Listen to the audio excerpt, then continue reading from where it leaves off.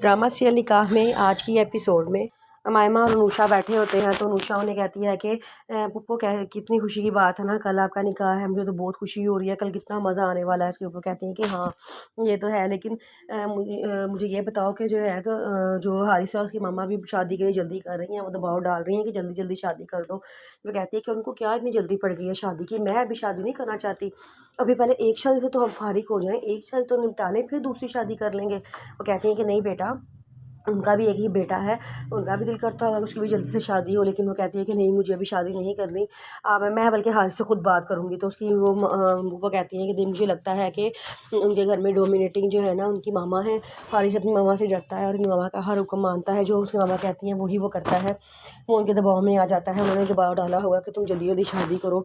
तो वो कहती है कि हाँ मुझे भी ऐसे ही लगता है, लेकिन हारिस ने कहा है कि वो शादी के बाद मामा को अपनी मम्मी को खुद ही हैंडल कर लेगा, उन्हें समझा लेगा। मामा कहती है चलो अल्लाह करे ऐसा ही हो। हमदान और यूसरा बैठे होते हैं, दोनों बातें कर रहे होते हैं। तो यूसरा कहती है कि लगता है भाई आपको भी नींद नहीं आ रही जैसे मुझे नहीं आ रही। वो कहते हैं कि हमदान कहता है कि तुम्हें क्यों नींद नहीं आ रही। तो वो कहती है कि नए नए सोच नए नए ख्याल ज़हन में आ रहे हैं कि हमारे घर में एक नए फ़र्द का इजाफा होने वाला है, पता नहीं उनका एटीट्यूड कैसा होगा, उनका रवैया कैसा होगा, चूँकि वो घर की सबसे बड़ी होंगी, हर चीज़ पर नज़र रखेंगी, हर चीज़ की टोका टाकी, हर बात में उनको अच्छा या बुरा लगना उनको अहमियत देनी पड़ेगी, उनको क्या बात अच्छी लगती है क्या बात अच्छी नहीं लगती।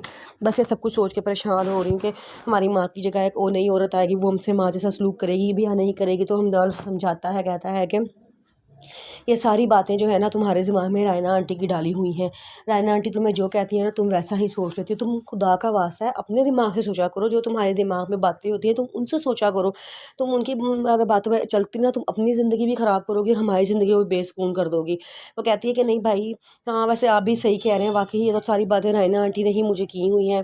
तो वो कहता है कि हाँ मैं भी यही कह रहा हूँ कि वो आंटी बहुत अच्छी हैं, मैं पर्सनली उनसे मिला हूँ, मुझे उनसे मिलकर बड़ा अच्छा लगा है, मुझे नहीं लगा कि वो नेगेटिव माइंड या नेगेटिव सोच वाली होंगी।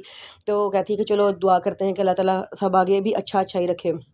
फिर निकाह का दिन आता है, निकाह होने लगता है। तो अनुषा मामा के पास आके बैठ जाती है, सारे निकाह बाहर वेट कर रहे होते हैं कि अभी तक सिग्नेचर करके वापस क्यों नहीं आए हो। तो अनुषा कह रही होती है कि ये पुप्पो ये आप पेन पकड़ें और पेन पकड़ के आपके जो जो हकूक़ हैं ना या जो जो हकूक़ आप अपने लिखवाना चाहती हैं वो सारे आप इस पेज पे लिख दें, ठीक है। और जो है ना अभी वो बातें कर ही रही होती है, साथ ही उसका भाई रहता कहता है कि ना अभी तक तुम लोगों ने साइन नहीं किए। तो वो कहती है कि हाँ बस कर रहे हैं, थोड़ा सा पढ़ने वाला रह गया, थोड़ा सा पढ़ लेंगे ना तो साइन कर देंगे।